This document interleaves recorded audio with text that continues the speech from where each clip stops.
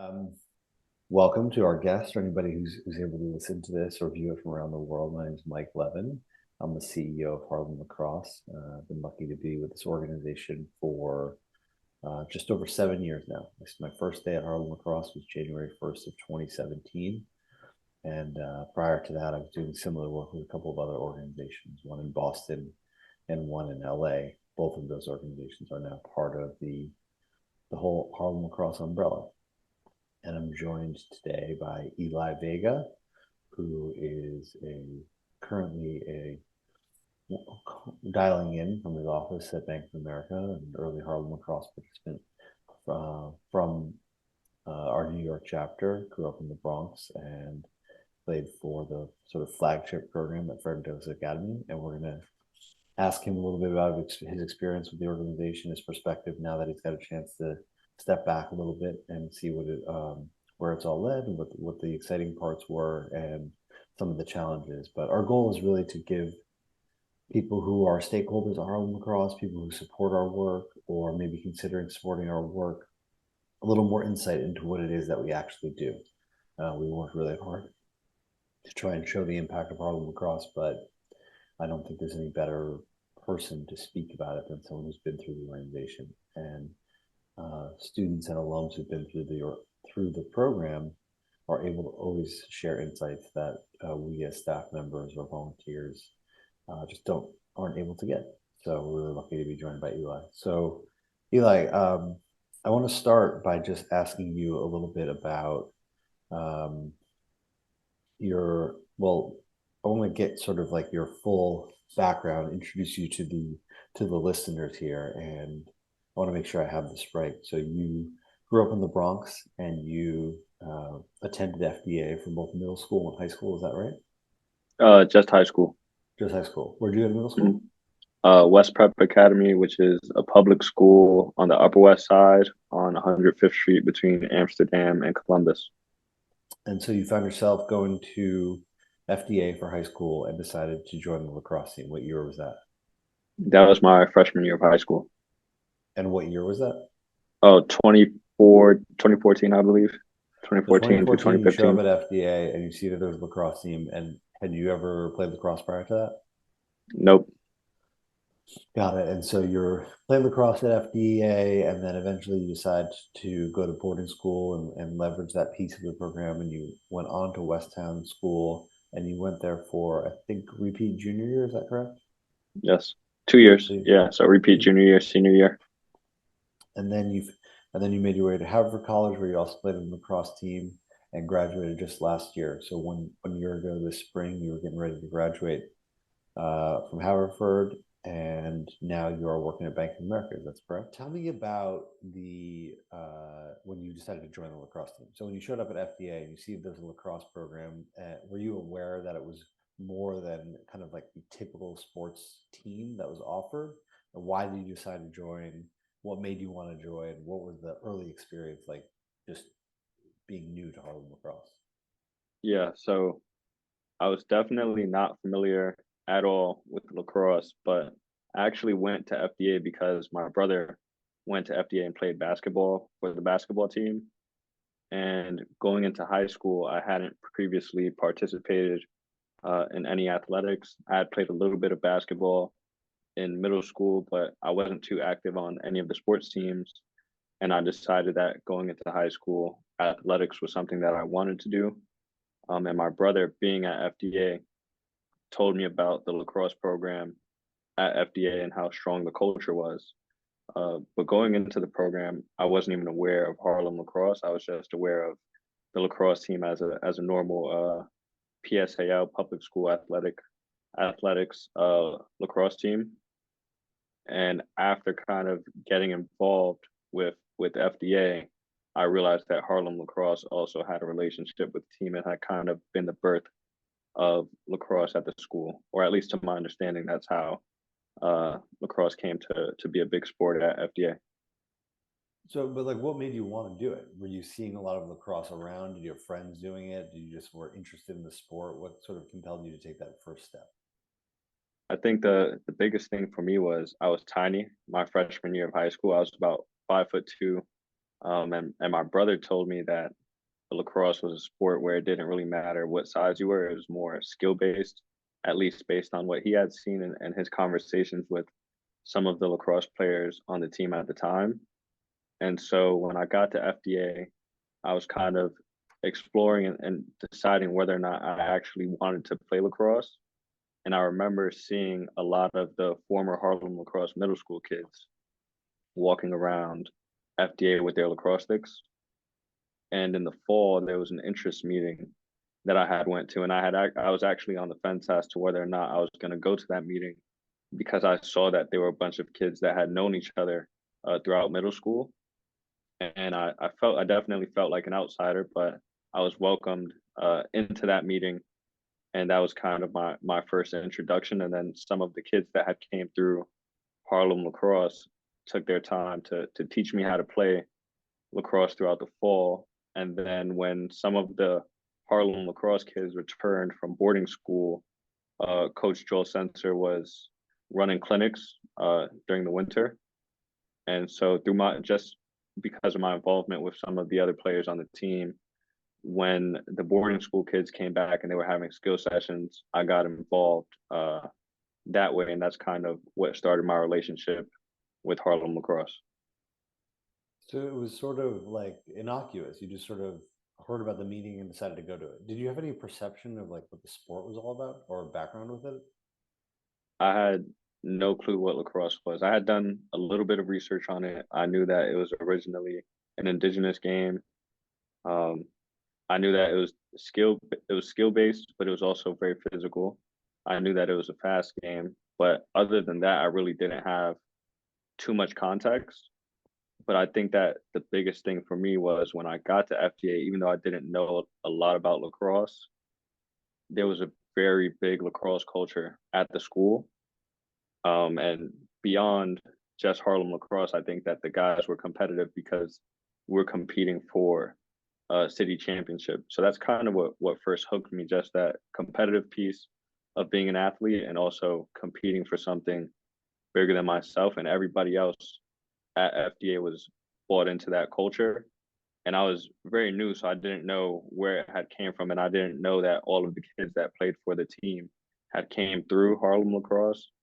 But as I continued to kind of practice and learn from them, I got pulled into that culture, and it kind of became a piece of pride for FDA, just having a really strong lacrosse team, and a non-traditional lacrosse bed, being in New York, playing on a concrete handball court or playing in the parking lot. We didn't have access to a field, and so a lot of the guys had a chip on their shoulder and wanted to prove that a bunch of kids from the inner city could play lacrosse at a high level and compete for a championship. So I want to get back to your early experience in a minute, but I want to ask you because you just sort of hinted on it, like, or hinted at it, that this is a unique lacrosse team that in the landscape of all lacrosse teams, you said a team from the inner city that doesn't have access to the field, like obviously a team made up of mostly of participants who are not white, Mm-hmm. um, from a zip code that's not high income zip code is unique in the sport. So when did you, in the beginning, you didn't know anything about lacrosse? Mm-hmm. When did that like when did you sort of like contextualize that? When did you realize like, okay, this is kind of a unique in the world of lacrosse? I think that once there was a lot of buzz going around, especially throughout the fall and the winter, about some of our rivals in New York, and so within the public school athletic league, FDA was one of the most competitive teams, and there were a few teams dispersed throughout the boroughs, but the best teams were concentrated in Staten Island, and those schools were predominantly white. And when springtime rolled around and we started playing against other teams, I think that was the first time that I saw a public school in New York that was predominantly white and also had huge facilities. So we had went to Staten Island and we were playing games on huge turf fields.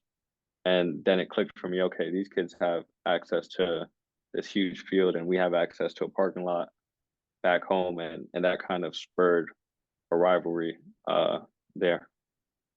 So in your early experiences in the program, so you Mm. come to these interest meetings, the boarding school kids are coming back and you're going to skill sessions leading up to the spring season, sort of what stands out to you about that time? Like sort of what was challenging about it, what was most fun, what kept you coming back? And also I'm very interested to hear about kind of your relationship with the program director. How did that Mm. kind of evolve? Mhm. So when I first started playing, honestly, we weren't the FDA high school lacrosse team wasn't as involved with Harlem lacrosse at that point, but I believe Coach Sensor and Coach Hurley were in New York at that time, and they were working out of like a small closet in the weight room that kind of doubled as their offices. Um, and so I would see them in passing. I would see that the Harlem lacrosse kids from middle school were better than the rest of the high school kids at FDA on the lacrosse team, and that the kids who came back from boarding school were also really good. Um, and I think it was just an open invitation. Like I was kind of an outsider of Harlem lacrosse, but when these skill sessions happened and when everybody came back, I was invited to participate.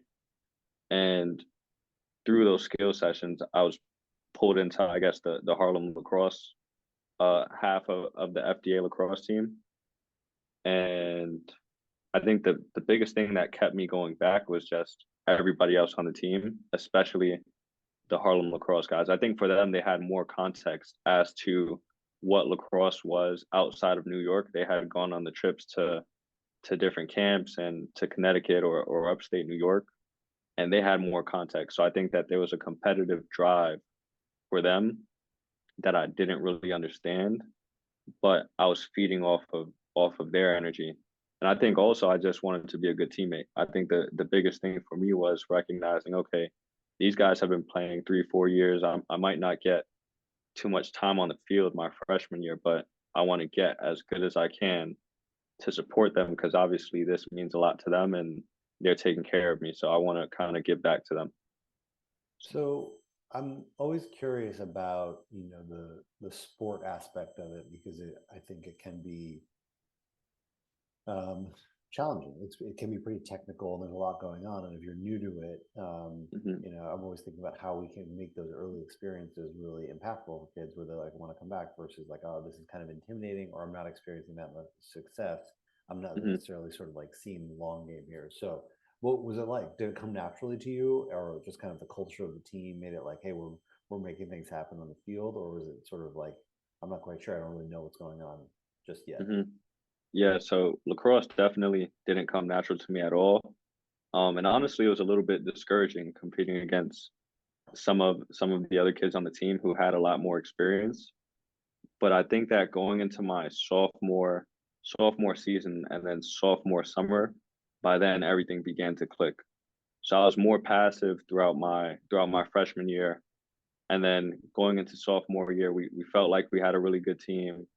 And by then I had seen a lot of the Harlem lacrosse kids a lot more. And the kids who had played in middle school who were still at FDA were talking about playing college lacrosse. And at that point, I hadn't even like thought to myself that I would want to play college lacrosse myself. I didn't know any like collegiate athletes at all. I didn't know what it took to get there.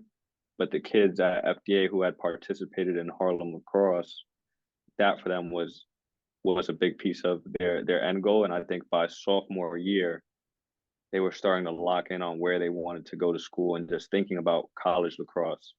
So by that time for myself, hearing those conversations and seeing that kind of energy on the team along with just the normal season, I kind of was able to build off of that. And so sophomore year, I was also, I think, a little bit of a passive member on the team. I had gotten better, but still was nowhere near the skill level of the other kids. But going into that summer, we had lost, and kids were training very hard that summer for two reasons. One, because the idea of playing college lacrosse was something that was now in their mind going into their junior seasons and just thinking about recruiting. And two, before leaving, kids wanted to win a championship. So there were two pieces of it. I think there was like the competitiveness within the PSAL, and then there was also the competitiveness within Harlem lacrosse with the fact that kids had resources to access like collegiate lacrosse recruiting. And I just somehow got pulled into that. And so by the end of that summer, that sophomore summer going into my junior year, that's when the idea of college lacrosse and boarding school kind of clicked for me personally. I hadn't considered myself one of those kids that was good enough to play at a collegiate level or go play at a boarding school. But I think that immersing myself in that culture for the first time for an entire summer kind of led me to fall even more in love with lacrosse and decide, okay, college lacrosse is something I want to do. Did you ever think about walking away, or was it ever sort of like discouraging enough in the beginning that you're like, I'm not quite sure this is for me? Never, never. I think like what I lacked in skills, I think the team made up for in just culture. And I think that the guys who were a lot better than me and that had been with Harlem lacrosse, they understood that while I hadn't been around as long, I was still part of the team. And I think that was the biggest thing for me. There was kind of a no man left behind mentality that we had, especially in those years at FDA. And they definitely kept me engaged. Yeah, it's a great group. I love seeing that group today interact, and their connection to one another. It seemed like it was just really special. And for those listening, when Eli's talking about kids who had come from Harlem Lacrosse, at that time we were not supporting the high school team formally. We didn't have a high school program director in the school. We only had a middle school program director. And so the middle school program director, Coach Sensor, who Eli mentioned, Coach Van later on, they they were doing their best to help kids. Let's talk about independent school. We'll talk about summer lacrosse opportunities, check in on you academically, when it came to college. We want to do everything we can, but that was happening in addition to their day-to-day job, which was to support the middle school students. And so some kids were just playing lacrosse on the high school team, but the majority, or maybe at least half of the kids, had come up through the middle school program. Subsequently, we have now added high school programs in every school that we're in for boys and girls. So now the kids who are at the high school team at FTA today are also supported by a full-time program director. So, between the time you started and the time you decided, okay, I think I want to go away to school, that's a pretty big decision, I think, for anyone, especially someone who's 16 years old, maybe, and your family who may or may not have a lot of experience with that or context, that choice to say, hey, I want to go away to school. So before you got there, kind of like, what were the experiences or relationships that took you from, okay, I just am trying lacrosse, I like sports, the culture of the team is sucking me in, this is cool, to like, I'm so serious about this and so committed to this that I want to consider like a pretty big move for me and my family. Kind of like, is there anything that stands out as sort of like particularly impactful moment or a person or just one experience? Like, this is me deciding, hey, this might be just more than just lacrosse. Hmm. Yeah, I think the biggest thing for me was seeing all of the kids that came back from boarding school during the breaks. To me, they were like in a whole different world. One and two, they were on a whole different league from myself, just as a student athlete, and they were something that I aspired to be. I think seeing them all come back, they all had custom helmets for their schools, custom gloves, custom gear, and that was the first time that I had seen something like that. At FDA, we had team helmets and uniforms, but it wasn't anything as nice as what they were getting at prep schools. Um, and I would hear back as to like what the culture was at their schools. And so when we competed, there was clearly a level that they were at that was separate from the kids who had started a little bit later in New York. And then having conversations with them, I learned that there was another level beyond what I was seeing that they were capable of playing at.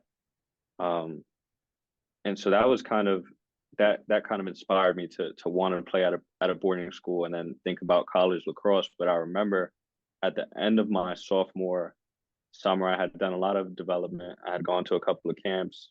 We were training. We were also doing training with the Tone House in Harlem lacrosse. So I had gotten a lot faster and stronger that summer. And one day, Coach Van kind of texts me and he asks if I can come into his office to speak with him. And when I come into his office, he asked me if I was interested in playing college lacrosse. And I think that was the first time my early in my junior year at FDA where I had decided that I wanted to play college lacrosse, because I remember my sophomore year, someone had asked me, someone who wasn't on the lacrosse team, whether or not I was going to go to boarding school and play college lacrosse. And I had told them, no, I don't really think that I'm good enough to do that. These guys are at another level. But over the course of the rest of that sophomore year and that summer going into my junior year, I had gotten a lot better. And so when Coach Van asked me the question, I decided that I was going to go for it. And I was going to believe in myself and pursue that. And so after I told him that I'll be interested in playing college lacrosse, he said, okay, well, I think that the best way for you to get there is go to boarding school, reclass, take an extra year, continue to work on your academics and your athletics. And that'll help you in the recruiting process down the line. And so that's kind of what sparked that there. And he asked me if I would be interested. I said, yeah. I went home, told my family. There was a little bit of skepticism because the first boarding school that I was looking at was in Tennessee, and I was also looking at a boarding school in California, which are both very far from home. But I think that ultimately for myself, I knew that this would be a great opportunity, not only as a student athlete, but just like moving forward in my life and kind of trying to figure out career stuff and academic stuff.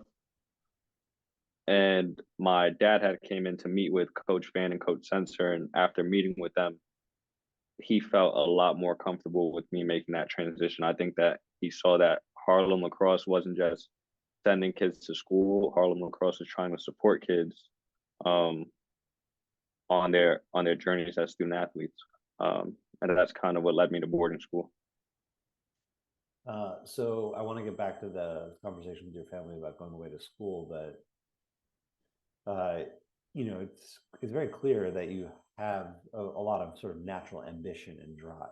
That Hmm. you are a goal-oriented person, and you just needed sort of an avenue to direct that ambition. And once it presented yourself at that moment when Coach Van said, "Do you want to play college lacrosse?" Your natural personality and talent sort of like kicked in, and you have that goal orientation, and that is a great story, I think, about what Harlem Lacrosse can do, is sort of like providing that vehicle for you to direct all these great qualities that you have within you. um, and absent of Harlem Lacrosse, there's a good chance that you don't find your way to lacrosse, and don't find your way to, or don't necessarily have that same pathway to direct your ambition. So I'm kind of curious about the academic piece. Like, do you think there's a similar path for you academically, where you had a lot of ambition, or you're already a really strong student, or what was Harlem Lacrosse's interaction with your academic experience like leading up to going away to school? Hmm. I think that for myself, I've always been focused on academics and kind of the outcomes that academics would lead me to. But I think that growing up in the Bronx and growing up in the inner city, I didn't have a lot of context as to how academics played into a career. So something that we've talked about before, and like one of my favorite examples is like, why are we learning math in school, right? I think that there's a lot of context for kids who are more fluent and have parents who might work in finance or might be engineers, and they see, okay, this is the application of math somewhere down the line. This is how it's going to feed into my career. Or this is why I should study science, because if I want to be a doctor, I have to do pre-med in college and I have to understand bio and chemistry, and that's going to play a role in my career down the line. And coming from the inner city and not having anyone in my family or anyone around me who had kind of gone down one of those white collar career paths, I didn't have that context. And so while I knew that grades mattered, I didn't know why grades mattered. And so by that point, I was doing okay as a student. I was around an 82 average student, not doing too well in my STEM classes. and doing well in my humanities classes. So I had this kind of balanced middle ground at an 82. But I think that with Harlem lacrosse, I started to get the context as to why everything mattered. I went on my first trip out of New York that my junior fall, and I went up for a lacrosse coaching trip. So some of the other high school guys were coaching the middle school kids at Concord, but I was also visiting boarding schools for the first time, and seeing suburban homes for the first time, and meeting people who had a career for the first time. And so that kind of provided a lot of the context for me there. And then when it came time to figure out how I would get into boarding school and later down the line even figure out how I would get to college, I think that Harlem lacrosse did a good job of putting those tools in front of me, especially in the summers. I think there was a huge emphasis on, okay, now you're going to boarding school. Here are some of the gaps in your learning that you might have due to being in a public school system, and here's how we're going to address those gaps and try to prepare you as best as we can academically. And so this summer going into boarding school, we did a lot of math work and also did a lot of reading work independently with the program directors, and that definitely played a huge role. And I think seeing again like just families that had parents that worked in white collar careers, professional careers, that kind of gave me the context to understand, okay, this is why I need to kind of step up my game academically, and this is how these subjects are going to play a role in my life in a few years. So when you told your family that you wanted to go away to school and Hmm. that Coach Van had told you that you thought it would be a good idea, it would help you pursue your dream of playing college lacrosse, what were those Hmm. conversations like? They were, I think that my parents, especially my dad, I was with my dad at the time. He trusted me to make the decision that was best for my future. He had always gave me that leeway. I think that he saw growing up, I tried my best to make decisions that would benefit me in the long term.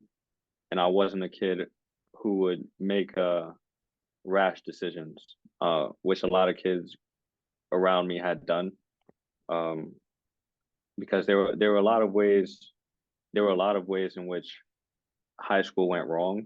I think that navigating a public school education is very difficult because a lot of kids have a lot going on at home. And he saw that I navigated that with grace, and he saw that I spent a lot of time with Harlem lacrosse, and I spent a lot of time just playing lacrosse.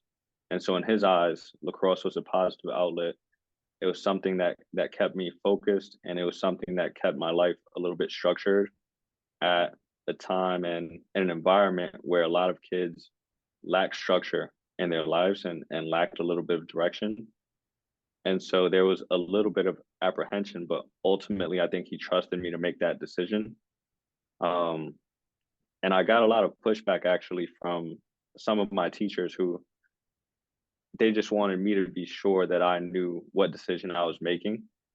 Um, but at the end of the day, my family trusted me to make that decision, and it was a path that they hadn't gone down themselves before, so they had no way of telling me whether or not it was the right choice. But I knew that it was different from what everyone else around me and everyone else in my family had done, and so I was hoping that it would lead to a positive outcome.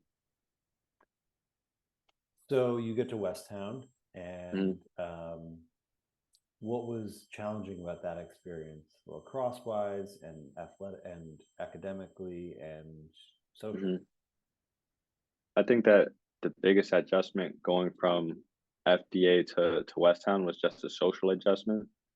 Everybody there was very nice, but I did feel very homesick. And I think that something that is often overlooked is just the huge culture shock of going from the inner city to a private school in the suburbs. I was used to hearing cars and sirens all day, and suddenly I'm going to bed and there's just crickets and birds outside. And I think that I before going to West Town, I hadn't even visited the school. I had just decided that I was going to go to boarding school. Coach Sensor had sent me and my dad train tickets, um, and my dad and I had left at 5 in the morning a day before class started at Westtown. So I spent the whole morning traveling. I showed up. I get there, and fortunately for me, there was another Harlem lacrosse kid there who helped show me the ropes a little bit and helped me adapt to the environment. But I think that that was the biggest piece for me. It was kind of a kind of a time where I had to keep reminding myself that I had earned this opportunity and that I deserved to be there, because there's definitely a lot of imposter syndrome, or at least I had dealt with a lot of imposter syndrome being at a very rich boarding school coming from FDA in Harlem. Do you think it was, when you say it was a rich boarding school, I'm sure that many of the students who attended the school were high income families, and Hmm. you've sort of hinted that you were in a different situation. Do you think that that was like, did that feel like it was obvious to everyone, or do you think that it was unknown to people? Like, how did you ever talk about that with people, or did it ever come up when people were talking about like spring break or something? Like, how did Hmm. you and your peers even like address that, if at all? Yeah, I think that, I mean, I went to Westtown, and I think that Westtown has a great culture at the school. But it definitely did come up. I think the biggest thing, especially, was just my voice, the way that I sounded, the way that I talked. I sounded a lot different than all of the kids at the school. Um, and that kind of led to conversations of, oh, where are you from? Oh, you're from the Bronx. Oh, you went to school in Harlem. What's the Bronx like? What's Harlem like? And then that leads to me asking them, oh, where are you from? And it's, oh, I'm from the main line, Pennsylvania. What was your childhood like, etc. And so I think everybody was really warm and welcoming. But we all understood that there was a difference there. I think myself and a lot of the friends that I made, and I received a lot of support from my friends there, and I didn't feel like an outsider there at all. Like never amongst the students, but there was just an understanding that I came from a different walk of life, and I wasn't the only kid at Westtown who was on a financial aid package, and I think that kind of helps. That was something that was a part of Westtown's culture, the fact that there were students from different racial and socioeconomic backgrounds. Um, but it definitely was an adjustment at first. Were there other ways that Harlem lacrosse, you mentioned sort of the academic, the extra support leading into your first semester at Westtown, but were other Hmm. ways that Harlem lacrosse supported your enrollment? So like in the application process, and then your success once you were at Westtown, like you're talking about what you're describing feels like there's a lot going on, and Hmm. so I'm curious to hear how you sort of like leverage the program to Hmm. get there, and then once you were there. Hmm. Yeah. Well, I'm sure. I mean, and Coach Sensor definitely knows. I've leveraged Harlem lacrosse as much as I can uh, when I left FDA, and have tried to stay involved with the program. But one, applying to boarding school, I had a lot of support in the application process. I think that, I don't know if this is still the process, but when I was there, there's like a boarding school application season that's very similar to a college application season, where everybody's working on the application, which is basically like your profile as a student. You're getting together your transcripts, your letters of recommendation. Uh, you're taking an exam, um, and you're also writing an essay. And I had a lot of support, and I remember we would have kind of boarding school application workshop sessions where I would be in a room with a bunch of other Harlem lacrosse kids, and all of us were working on our applications and getting everything together there. And parents actually also came to those sessions because we had to bring tax documents for financial aid. And so my dad was very involved during that process as well. And I think that that's also kind of what made him feel more comfortable with me making that jump.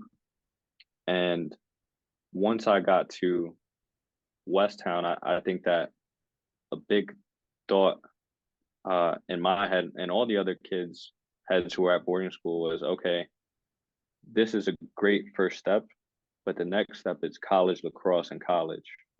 Um, and Harlem lacrosse, like that conversation with Coach Van wasn't, oh, do you want to go to boarding school and be a boarding school student athlete? It was, do you want to go to college and be a college student athlete? Um, and also, a lot of us, including myself, were the first in our families to go to college. And on top of that, be collegiate student athletes. So Harlem lacrosse for us and still spent a lot of time while we were at boarding school, kind of facilitating that next transition, especially because I was only at boarding school for 2 years. So it's not like I was there for 4 years and I had the full support, or I was familiar with all of the resources that were at the school itself. Harlem lacrosse was very engaged because 2 years might seem like a long time, but it's a quick turnaround time for all of the student athletes who are coming from a public school in the inner city where they might not have too many college lacrosse looks, and they have to kind of quickly create highlight tapes, reach out to coaches, etc. So throughout that whole process, I was actively engaging with Coach Van and Coach Sensor back in New York. Whenever I went home for breaks, we would have skill sessions throughout those entire weeks, whether it was the winter holidays, fall holidays, um, pre-spring break, whatever it was. We were always, whenever we were back in New York, we were training together, and we're back in like that Harlem lacrosse mode. And then going into senior year, it was the same thing, especially with applying to colleges. It was like the boarding school application process 2.0, where we had that same support, a lot of workshopping, a little bit more remote because we're all at our boarding schools, but our coaches were constantly checking in on us and helping us with the college application process, whether that was working on an essay or just connecting us with college lacrosse coaches. Yeah, I think you're hinting on something that to me, when we're at our best, there's kind of a we're helping with skill set development. You know, I Mm-hmm, want to play college lacrosse. I need to have a certain set of skills to be able to do that. mm-hmm, Skills on the field and skills in the classroom. mm-hmm, But there's also a piece that is like process navigation. mm-hmm, That is, it's easy to take for granted for someone. I applied to college, and many people around me were applying to college. Many generations of family members before me had gone to college. mm-hmm, It, my older brother had gone to college, my older sister had gone to college, so it was um, quite familiar, and I can imagine, as you're hearing you describe it, that some of these things, the recruiting process, like the boarding school process, is just it's unfamiliar and mm-hmm, opaque, intimidating. They're not mm-hmm, always the most welcoming and inclusive processes, and mm-hmm, that's one role that I think when we're at our best, we're playing well. That we are helping to sort of like steward you through that experience. mm-hmm, So, what was it? So the college piece, you went to boarding school with the intention of going to college, and you mm-hmm, eventually were accepted to Harvard for college. Was and it sounded like you had this goal for a long time, even as you showed up to Harlem Cross. You're sort of like, I think I want to go to college. mm-hmm. Uh, where did that come from? Like, you said you're the first in your family to go to school. I know you have siblings. I'm curious if they also kind of like shared that perspective. Was your dad sort of, even though he hadn't gone to college, was he saying, "Hey, like, I want you to go to college," or was it just sort of innate? Where do you think that came from? Mm-hmm. I think that again in New York, and this kind of ties back to that comment about like understanding that school is important, but not understanding how it ties into a career.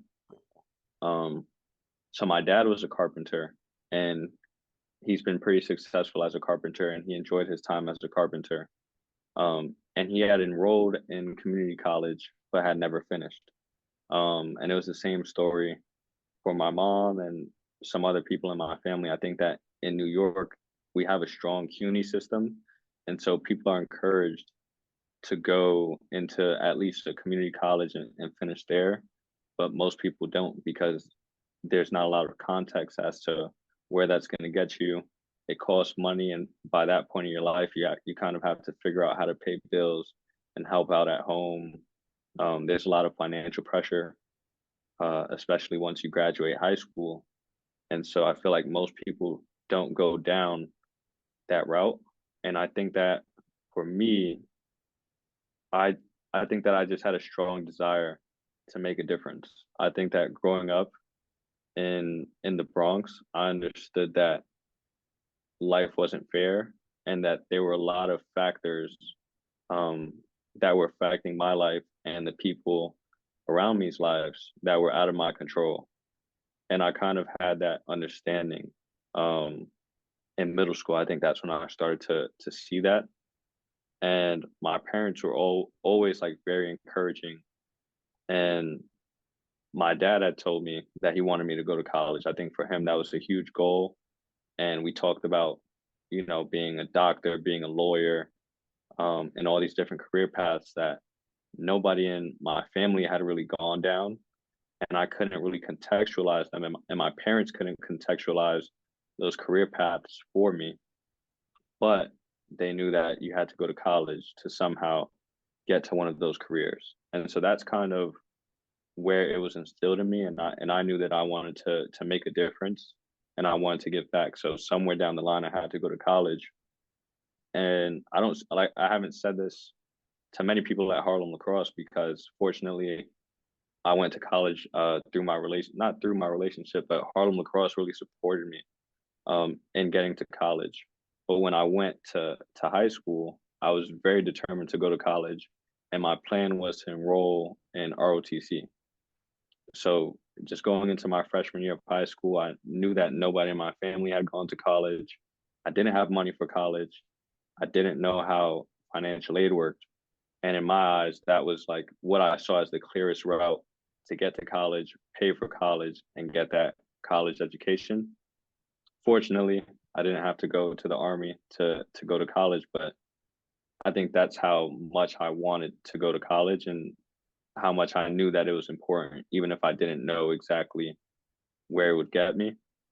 And I was fortunate that through Harlem Lacrosse, I think a lot of our coaches, or at least for me, the coaches contextualized what college was and how to get there.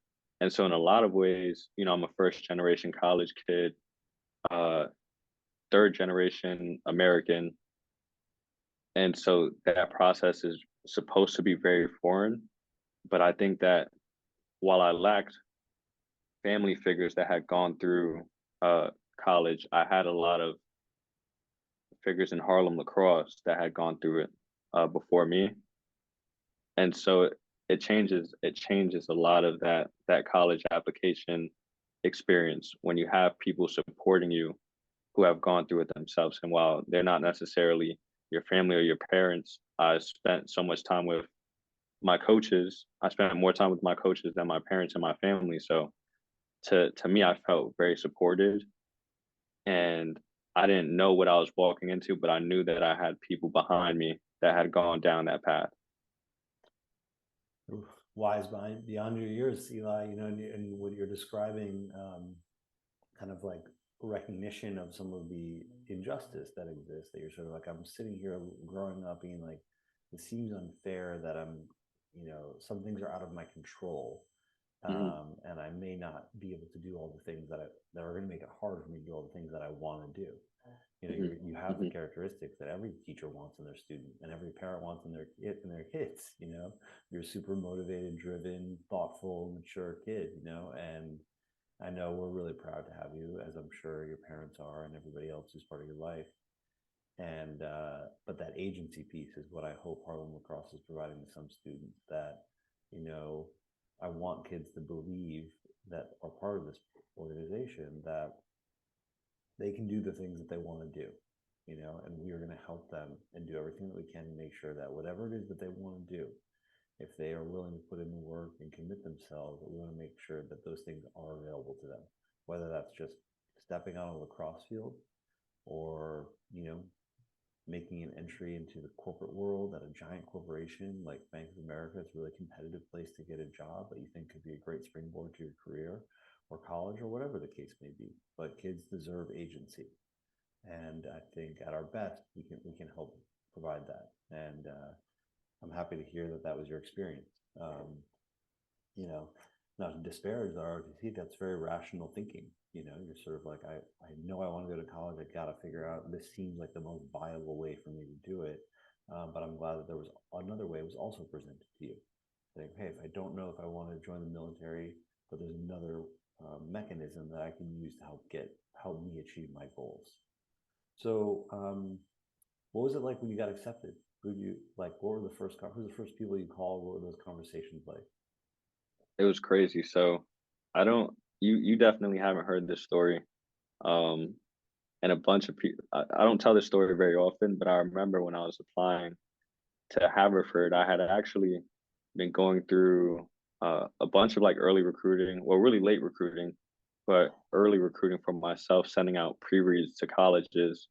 And I remember I had sent out a pre-read to a school that I had wanted to go to.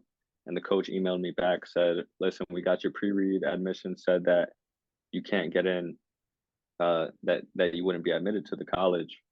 And this was, I believe, late August. And so after that, I was very discouraged. But I had conversations with Coach Sensor. He was very involved in the college application process. I had spoke to another school I was looking at for Sinus College. Um, but I remember Coach Sensor saying, "Listen, I think that you could get into a very competitive academic school, and you could get into a school that meets full demonstrated financial need." Um, and the schools that meet full demonstrated financial need are all going to be academically competitive. So I was very nervous applying to college, and I honestly wasn't super confident, but I ended up applying early decision to Haverford. And this is ridiculous, but I remember making like a pact with myself. I was like, if I get into Haverford, as soon as I get the news, I'm gonna run a lap around West Town's main campus. And I was upstairs on dorm. It was after dinner. It was around 6 p.m. I check my phone. I see the email. I was by myself on dorm, and I didn't open the email. I saw that I had gotten my admission decision, but I didn't know whether I had gotten into Haverford or I had gotten rejected. And so my heart dropped a little bit. I decided to click on the email and it says congratulations. That's all I saw was the congratulations. I was ecstatic. I put my phone in my pocket. I put on my sneakers. I ran my lap around West Town. I get back into the building. I see my a person who's become somewhat of a godfather figure to myself, who was working at West Town and had also come from Harlem himself. And I saw him there, and he had supported me a lot during this process as well. And I'm like, I got in, and I gave him a hug, and I start crying. I started crying because I was just so happy that I had gotten into college, and that was it for me. I went around my teachers. So my teachers knew how much it meant to me. I think my teachers knew that I was a first gen college applicant, and so I saw a lot of them on dorm, and I got a lot of hugs and shed a lot of tears. But I was very happy. What was it like with your family? I called my dad. I told him I got in. He started crying. Um, I called my mom. My mom started crying. Everybody was crying. Lots of tears. Lots of really happy tears. I think that for them it was just huge. Nobody in the family, no one in the family had done it. And I went to boarding school, and so there was this confidence that okay, now he's going to go to college. He went to boarding school. He'll figure it out. He'll go to college. Um, but everybody knew that I was applying to Haverford, that it was a great academic school, and that I would get a lot of financial support at Haverford, which was really important for myself and my family. And so when I got that news, everybody was super ecstatic and super proud of me. Yeah, that's an amazing story. So, you um, you put the cross at Haverford, and you shared with me your experience of making it to Bank of America. So I'm curious to hear that again. Kind of like, how did you end up doing an internship at Bank of America? Hmm. So I remember my freshman spring was when COVID kind of happened and the world shut down. And so I was on my spring break trip with the lacrosse team. COVID is kind of in the news, and by the time we're getting back to Haverford, the director of admissions tells us that we all have to go home, that the season is postponed until further notice, and everything went on lockdown. And I remember I actually stood out in Pennsylvania with the host family along with another member of Harlem Lacrosse, Jordani, and I reached out to Coach Sensor. And well, I think Coach Sensor was reaching out to everyone to make sure that everybody was okay and keeping tabs on all of us. And I had gotten my I had gotten an internship opportunity from him with a small venture capital company. But while I was with that host family, um, that summer, we were also with another family who was close with them, who had somebody who worked at Bank of America. And she saw some of the work that I was doing. She knew a little bit about my story coming through Harlem Lacrosse, being at West Town. Um, and now she saw some of the work I was doing on this remote internship. Um, and going into my sophomore fall, she suggested that I reach out to her and just talk about career goals. And I told her that I was interested in either working within the music industry or working within finance, but either route that I went, I enjoyed kind of business um, and applying a business mindset kind of further down my career, especially business strategy. And she suggested that I apply to Bank of America where she worked. Um, and so it was very organic, but that relationship kind of happened because I already had an internship and she saw that that was something that I was interested in, finance and business. And that led to me kind of interning with Bank of America my sophomore summer, returning for my junior year down in Charlotte. And then ultimately, I decided that I wanted to return and kind of start my career at Bank of America. So I've heard you tell that story before, and I just it's always striking to me because I think lots of career opportunities happen that way organically, as you say, and you know your journey. You had grown up in the Bronx and gone to high school in Harlem, and now you're at West Town, and sort of Hmm. the type of organic opportunities that come up Hmm. just become a little bit more frequent, or the probability of something like that happen increases when you're at Hmm. a place like West Town or a place like Haverford. Hmm. And I've heard you talk about that a little bit. So I'm kind of curious, like as you made your way to Bank of America, do you feel like lacrosse was like a big piece of it? I mean, you have all these great characteristics. I'm sure you're doing great work for them, and they're lucky to have you, just like Haverford and West Town and Harlem Lacrosse. Thank you. But do you think that do you think that lacrosse was like a big piece of it? Because that part stands out to me that the you're someone who just needed that. They just a door would be open somewhere along the way, and you were going to take great advantage of it. But do you ever think that maybe you wouldn't have gotten it had things not played out the way they did? Definitely. Uh, that's how I play it. I knew that I was a smart kid. Um, but I think that something that we kind of talk about and people that aren't from the inner city might think is cliche is just kind of how easily things go wrong for kids in the inner city. And I think it's hard to contextualize if you didn't grow up in the inner city, but growing up from a young age, I knew that I wasn't exposed to traditional career paths. I didn't see any doctors, any lawyers, any bankers or whatnot. But from a young age, I saw drug addicts in the streets. I saw people who were selling drugs. I saw people who were scamming. And that's kind of what the environment is in the inner city. And I think that we become a little bit desensitized to it on both ends, both kids within the inner city and just people outside of the inner city, because it's like, okay, that's cliche. Like, that's not something that's actually happening. The inner city is not that bad. And then kids growing up in the inner city kind of normalize it because it's our entire life.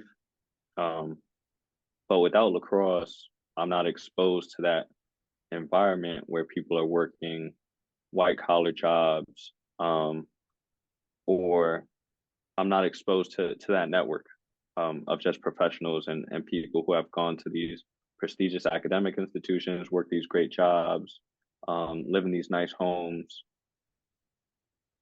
and I don't get access to those opportunities. And I think that for myself, I knew that I wouldn't be one of those kids who kind of walked down that wrong path in the inner city. But I think that was because I was exposed to it so much as a young kid, and so I had the context. I knew, okay, if you sell drugs, if you do credit card scams, if you do any type of crime that pays you fast, I see the outcomes because there's older people within my community, even within my family, who have gone to jail, and you see that in the long term, it just doesn't work out. And for me, I had that context, so I knew I have to do something different. But later on down my life, I knew what I wasn't going to do.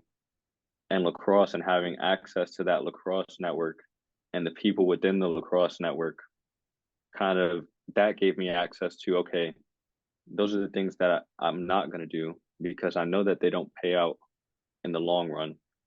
These are the things, these are the paths that I can choose that will all lead me to the same outcome that I ultimately want, which is financial stability, a better future for myself and my family. Um, and yeah, a lot of it is because it's all because of lacrosse. Because if I don't have lacrosse and I don't access these places, then I never learn how to achieve the things that I want to achieve, or at least in this life. So, you just articulated like, okay, these are the things that I want for myself: financial stability and happiness for myself and my family. But I mean, you're described the story so eloquently, your whole journey here, and you said at the very beginning of the conversation, I almost didn't go to the meeting, the interest meeting. Do you think that that was in your head at all? And then kind of like, okay, I know I want financial stability for me and my family in the future. This is a step towards that direction. Or are you just kind of like, I think I'll try lacrosse. These kids seem like they have something going here. I like the culture. I like it. Sounds competitive. It seems fun. Or Mm-hmm. do you think there was a part of you that was thinking about it in that way? That is kind of like, this could be a great opportunity for me to get the things that I want.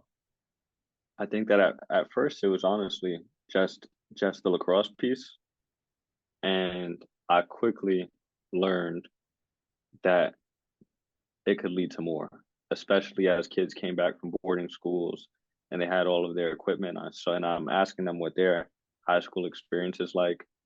Um, I quickly learned that there's more out there, and also actually, Coach Sensor knows this, and you might know this, but in middle school, I had applied to a boarding school application program, so prep for prep or prep nine.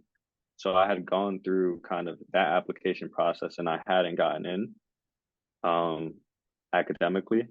And so after that, it kind of became it wasn't even a thought anymore, like going to boarding school, and again, like going to college through a purely academic route. That wasn't at the forefront of my mind anymore. And I think as I played lacrosse and kind of experienced Harlem lacrosse and the way that the other kids were able to envision their futures, that kind of led me to say, okay, this is something that is more than this will have an impact on me more than just as an athlete. It'll have an impact on me as a student, but also potentially further down the line in my career. And I think that I kind of started to understand that by my sophomore year, where I started taking lacrosse more serious, and especially once I started applying to boarding schools, I knew that a lot of other opportunities would come from lacrosse. There's something else striking about your story that I think is, to me, you have all these like incredible innate characteristics. But when you said, you didn't get into prep for prep, and you referenced earlier, you had an 82 average at FDA. Hmm. And so you're a good student, but not like a outstanding student. And I Hmm. don't think I don't think a guidance counselor or admissions officer would tell you to apply for to Haverford if you were a senior with an 82 average FDA or West Ave Hmm. probably. You know, Hmm. so you're someone who had incredible potential. You know, Hmm. to be successful in lots of areas academically and elsewhere, Hmm. but it wasn't like it was so obvious to the world at that moment. You know, Hmm. it might have been clear to you. Like to me, it seems clear now talking to you so many years later. And I know that like a coach Sensor or coach man, if you meet you and you see you on the field every day, you see it, but it wasn't on your transcript, Hmm. and so it makes me think about all the potential that exists in the world, that Hmm. we are missing as a society, that there are Hmm. so many kids that have the skill, they have the tools. They might Hmm. need a little bit of support, a little bit of skill development, a little bit of, hey, here's the opportunity, here's something that you can pursue if you want it. Hmm. um, and that's, I think, a great inspiration, because it wasn't like you showed up and you're like, I'm a straight A student and I'm just killer on the lacrosse field. Yep. um, but you had a lot more important characteristics than those. So, um, but the other thing that I think is striking to me that we've talked a little bit about your story is kind of now that you are out in the working world, you achieved so many of the things that you set out to achieve. I hear you Hmm. talk about your relationship to Harlem Lacrosse and wanting to be a part of the organization. To me, this is like a great story of the next chapter for us. Is as our earliest cohorts become working professionals, start families, kind of like their role to take the organization to the next level. They will become Hmm. employees, as many are, and board members, as some are, and just donors and leaders and, parents, I hope. Hopefully Hmm. people are sending their kids to participate in the program. But I'm curious to hear you say or to comment on kind of when you think about the Harlem Lacrosse kids of today, what do you want for them? Hmm. Yeah. I I think about this.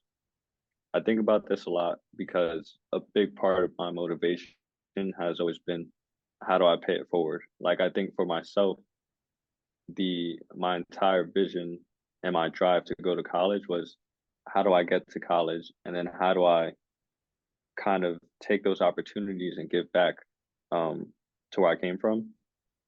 And I drove myself crazy asking that question a lot, especially in high school, especially in college, especially graduating college, but now being out of college and kind of being more involved with Harlem lacrosse, I get a chance to look back at the program and see how much it's grown.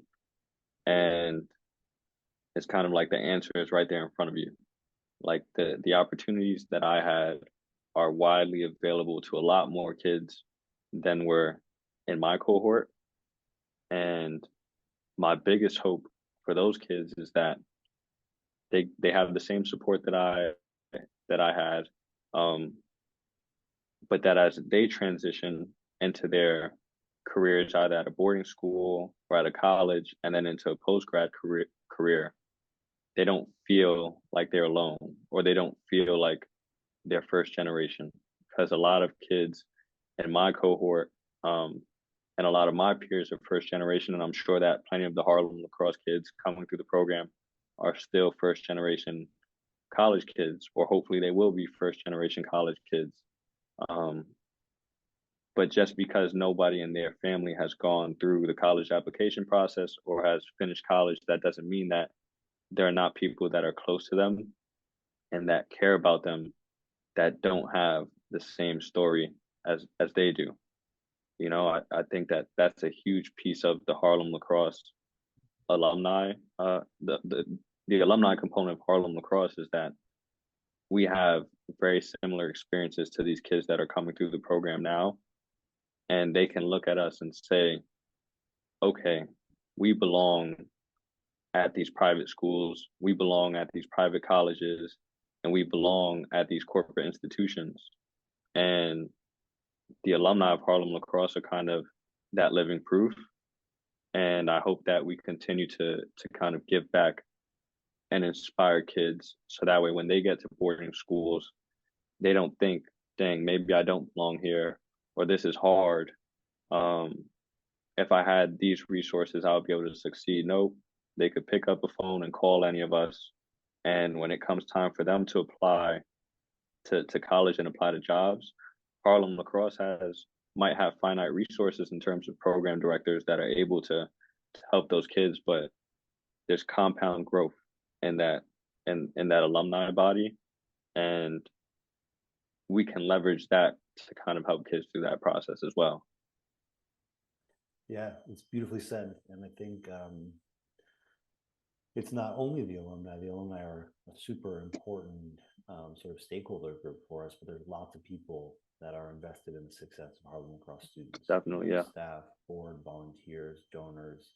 And so Hmm. if you sign up to play Harlem Lacrosse, if you're 12 years old and you're going to an interest meeting and you're sort of like, I'm not quite sure, I Hmm. hope that the kids of today know that they do so with the backing of many people Hmm. who really care about their success and are invested and want to see them have all the same opportunities that you did.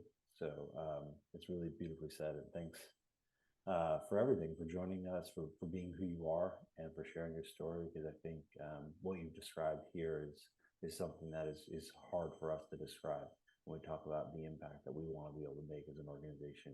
Because it's just hard to put it into words or put it into a one pager or a short video, and hearing you talk about it, I think really provides a lot more depth to what it is that we're doing at Harlem Lacrosse. So I thank you for everything. Thank you. Thank you. I mean, I tell Coach Sensor this all the time, but I think that a lot of our stories and Harlem Lacrosse stories are just tied in. There's a lot of our stories don't exist without Harlem Lacrosse. So thank you.